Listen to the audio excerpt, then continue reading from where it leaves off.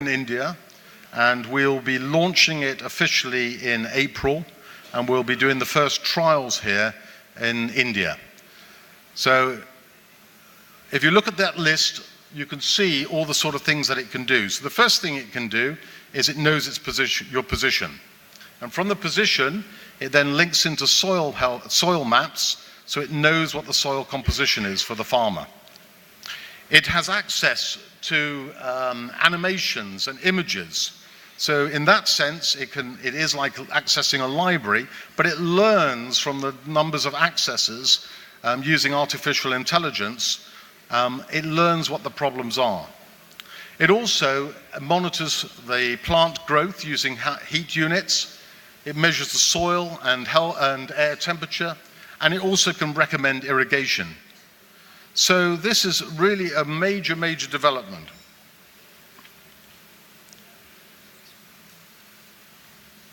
So the app will provide diagnostics for soil health and plant health, soil health, soil nutrient deficiencies, insect pests and beneficial insects, diseases, agrochemical toxicities, and extreme weather changes. But the most important thing is it also connects to the sustainability indicators. So in summary, what can this app do? Well, I'll leave you to read that, but the most important thing is it will help you improve your yields and quality. So the next initiative that we have at the ICAC is virtual reality training. Now, how can virtual reality training help farmers? Well, if you look at yields, and you look at yields in Africa and India, they haven't changed much over the last 10 years. So you have to ask the question, why is that? And often you get people going to talk to farmers who are maybe third or fourth generation farmers, and you're telling them a new way of planting, a new way of managing their crops. And they're not going to be particularly interested. So you've got to find a new way of getting the message over. Now, the best way would be to take them to a field and show them a field which is producing hugely more yields. But of course, that's going to be a bit expensive. So what we've developed is a virtual training system where we bring the fields to the farmer. So we'll have a field from India, we'll have a field from Africa, we'll have a field from Brazil, we'll have a field from the USA. And when we can then lead the farmer through those fields and show them the different techniques so that they can see how they can improve their yields. We're also going to use that to teach them about pests and diseases. Because when you talk to farmers about pests and diseases, what do? You explain it, and you may show them a picture, and you show them a big picture of a bug and say, well, that's whatever bug it is. But it's not in reality. So we're going to lead them down through cotton fields and actually, in reality, virtual reality, show them bugs and diseases. So we've got 4 modules. The first one is pests and diseases. The next one is improving yields.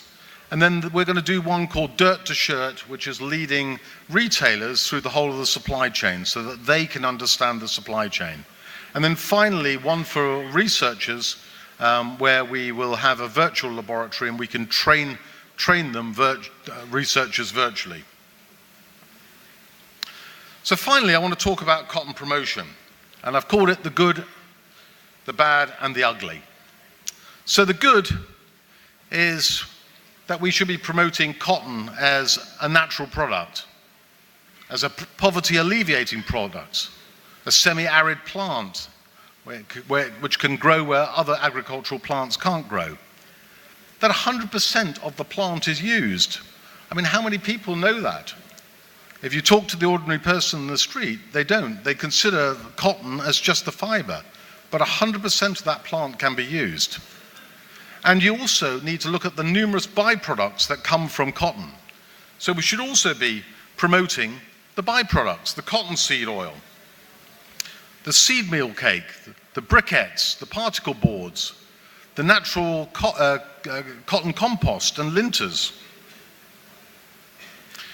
All of those will provide additional income for farmers. So let's have a look at the bad.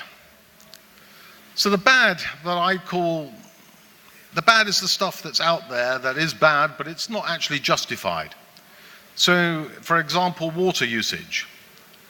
So for years, the press has talked about the fact that cotton is a water-guzzling plant, that it drinks 20,000 litres of water to grow a kilogram of cotton.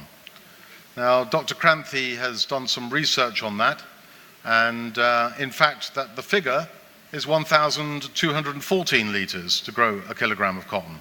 So whatever's been out there has been wrong for all these years, and no one has actually challenged it. So we really need to be promoting this and challenging the bad about cotton. Also, when we look at pesticide usage, the figures out there is that cotton will use 20% of pesticides. Again, Dr. Kranthi's done some work on this, and the figure is near to 6%. So again, the figure is wrong, and we need to be shouting about it. Recently, in the BBC, there was a news report on the Aral Sea and how the draining of the Aral Sea was caused by cotton. No, it wasn't. Cotton was a crop there, along with wheat and other crops, and it was the mismanagement of that water that caused the draining of the Aral Sea. It wasn't cotton, but someone's got to challenge it, and no one does. And finally, we've got to stop arguing amongst ourselves. So, organic cotton arguing with GM cotton and vice versa. So here's a little quote that on there: organic cotton uses less water than conventional cotton.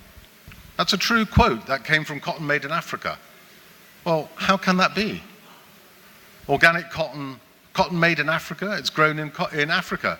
Most of the cotton grown in Africa is rain-fed. So how can organic cotton use less water than rain-fed cotton? It can't. But again, the messages that are going out there are misleading. The fake news, as Donald Trump would say. So then let's have a look at the ugly. The ugly are the things that really are out there and we can't do much about at the moment. And we have to come up and we have to recognize it and we have to admit to it. And the ugly is that there is still child labor out there and there is still forced labor out there. So what are we doing to rectify all this? Well, for child labor and forced labor, the ICAC is involved in a project with the EU and the International Labour Organization called Clear Cotton. That's to eradicate child labor and forced labor by 2022. So we will be persuading governments to put policies in place and checks in place to ensure that forced labor and child labor don't exist by 2022. Social media plays a great role in promoting the correct messages. So please link into our social media, retweet it, send it around to your friends, but get the messages out there that cotton is good and the challenges to the bad as well. If you go to our ICAC website, you'll find that there's a lot of information about cotton that you can use. There'll be fact sheets on there on the various items like organic cotton and GM cotton, all this that you can use to talk about cotton. And follow #TruthAboutCotton. About once or twice a week, we push out a truth about cotton, something that's good that you can, facts that you go, oh, I didn't know that. That's really good. And finally, we have a committee called the International Forum for Cotton Promotion. And we're going to really revamp that in order to really promote cotton worldwide in order to encourage demand. But I just want to end with some breaking news. Last year in October, the ICAC put a proposal forward to the WTO and UN that there should be a World Cotton Day. We heard just a couple of weeks back that the UN and the WTO have accepted that idea. So there will be a World Cotton Day on the 7th of October every year.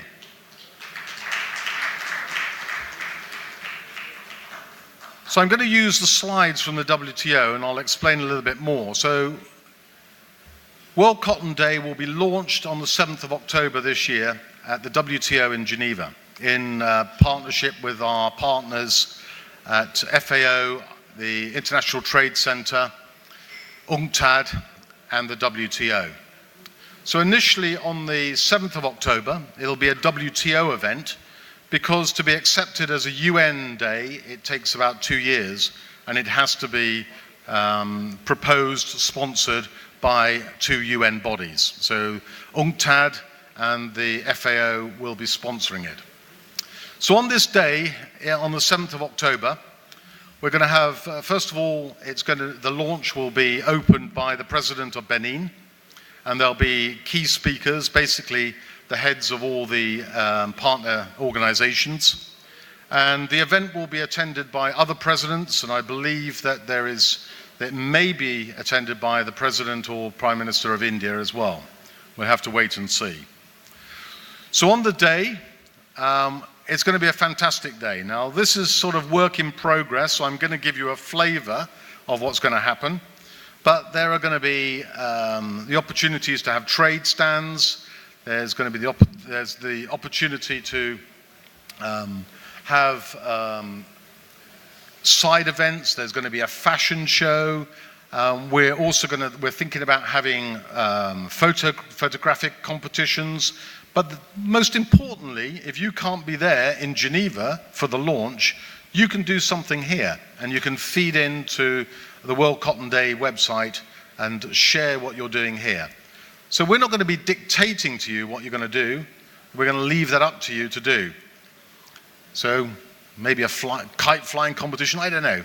But you think of it yourself, feed into World Cotton Day, do something special. But the most important thing is that this is something that's going to happen every year. So it's a great opportunity for one day of the year to showcase cotton, to make it important, to do something special, to educate people. So use it, please, and make this year a success. So I will be contacting CAI and giving you more and more details about it so you can plan what you do about it. And I hope that CAI can attend the launch at the WTO on the 7th of October. And that also extends to companies as well. So big companies, we encourage them and hope that you can attend that launch as well and join in on World Cotton Day. Thank you.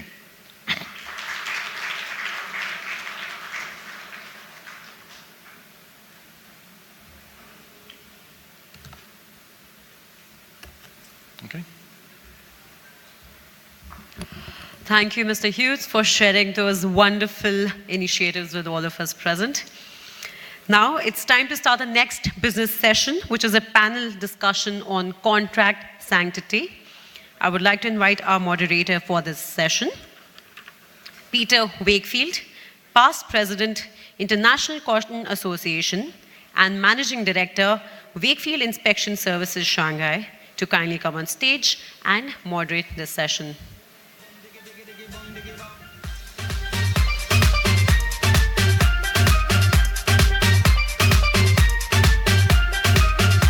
I would also like to invite our other panelists, Nayan Mirani, Director, Cotton Association of India, Bill Kingdon, Managing Director, International Cotton Association, Mehdi Ali, President, Bangladesh Cotton Association, Sunil Patwari, Managing Director, Nagarika Export, Sharad Kumar Saraf, Managing Director, Technocraft Industries, Paul Duran, Cotton Trader, RCMA Group, Mahesh Sharda, Director, Cotton Association of India, and President, Indian Cotton Association.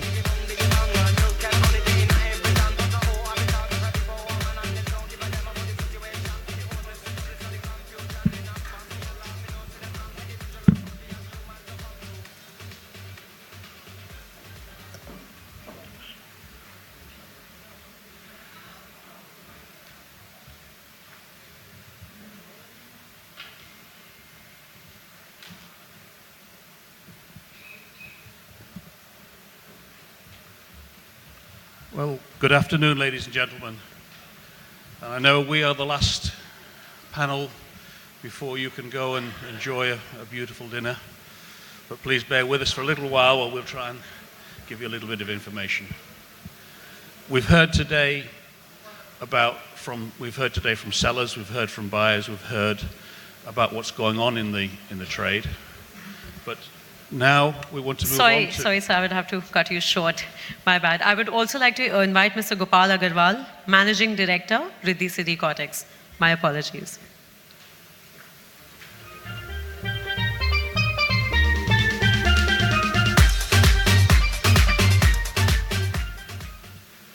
Now we're going to talk to people who actually buy, sell, and organize the trade rules of cotton. So I'm going to ask the organizers, as I've announced somebody and asked them to make their first speech, perhaps you could put their bio up on the screen. So we'll start with Mr. Nayan Marani, who's the Director of the Cotton Association of India and a partner of Kimchi Vishram Cotton here in Mumbai. So Nayan, as a Director of CAI and as an exporter of cotton to the international market, wearing both hats, what does contract sanctity mean to you? Thank you, Peter. Whether you're wearing two hats or multiple hats, I think contract sanctity is the most important facet of the business, ensuring safe trading. As a director of the Cotton Association, I think we have to ensure that the association is fully aware and realizes the importance of contract sanctity, imposes severe restrictions, penalties, and restrictions for trade with defaulting entities. And obviously, as a trader myself, when that is ensured, is when you can actually trade in cotton